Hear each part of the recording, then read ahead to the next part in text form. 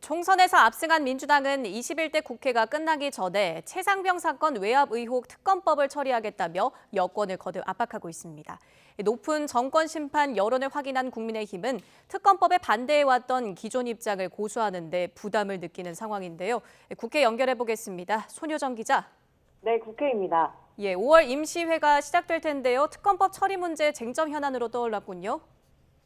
네, 민주당은 5월 말로 종료되는 21대 국회 임기 내에 임시국회를 열어 최상병 특검법을 처리하겠다는 방침을 재확인했습니다. 민주당 원내 관계자는 곧 여당과 5월 임시국회 일정을 협의해 다음 달 초에 본회의를 열어 최상병 특검법을 처리하는 방안을 추진하겠다고 밝혔습니다. 최상병 순직 사건 외압 의혹 특검법은 지난해 7월 발생한 최상병 사건을 두고 대통령실과 국방부가 수사와 경찰 이첩 과정에 개입했다는 의혹을 규명하기 위한 내용입니다. 지난해 10월 민주당 주도로 신속 처리한 건 패스트트랙으로 지정돼 지난 3일 본회의에 자동으로 부의됐습니다. 여야가 합의하면 본회의 안건으로 상정돼 표결 처리될 수 있다는 의미입니다. 현재 민주당과 정의당, 새로운 미래 등 범야권표만 모아도 150석을 넘겨 법안이 통과될 수 있는데요. 민주당은 만약 윤 대통령이 거부권을 행사한다면 재앙에 가까운 국민적 저항을 맞이할 거라며 경고했습니다. 여당은 진퇴양난에 빠졌습니다.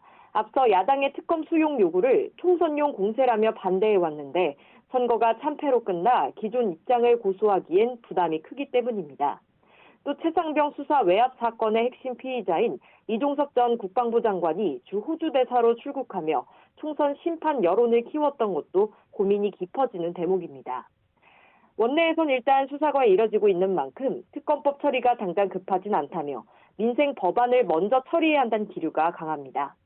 다만 국민의힘 내부에서도 안철수 의원을 비롯해 특검법 처리에 찬성하는 목소리가 커지고 있어 표결할 경우 이탈표가 나올 가능성도 있습니다. 이 밖에 대통령의 거부권 행사로 제2요구된 이태원 특별법 재표결도 5월 국회의 변수가 될 전망입니다. 네, 총선이 끝나고 여야 당내 상황은 어떻습니까? 네, 지도부 공백 사태를 겪고 있는 국민의힘은 내일 당의 혼란을 수습하기 위해 4선 이상 당선인을 중심으로 중진회의를 엽니다.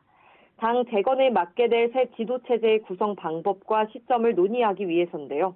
현재 당내에선 크게 관리형 비상대책위와 조기 전당대회 두 가지 방안이 거론되고 있습니다. 비대위를 꾸려 일단 당을 안정시킨 뒤 전당대회를 치러야 한다는 의견과 가라앉은 분위기를 쇄신하려면 조기 전당대회가 필요하다는 의견이 팽팽합니다. 당 수습에 열쇠를 쥔 중진 의원들 간에도 의견이 갈리는 상황인데 내일 회의를 토대로 새 지도체제의 윤곽이 드러날 전망입니다. 반면 큰 승리를 거둔 민주당에선 차기 국회에서 거대 야당을 이끌 원내대표 선출 문제가 관심을 받고 있습니다. 새 원내 지도부는 22대 국회 전반기 원구성 협상과 김건희 여사 관련 특검법안 재추진 등을 맡게 될 예정인데요. 다음 달 둘째 주 경선을 앞두고 주로 친이재명계 의원들이 물망에 오르고 있습니다. 3선에선 김병기, 김성환, 김영진, 박찬대 의원 등이 거론되고 있고 4선에 오른 윤우덕, 이춘석 의원과 함께 김민석, 남인순 의원도 후보군에 올랐습니다.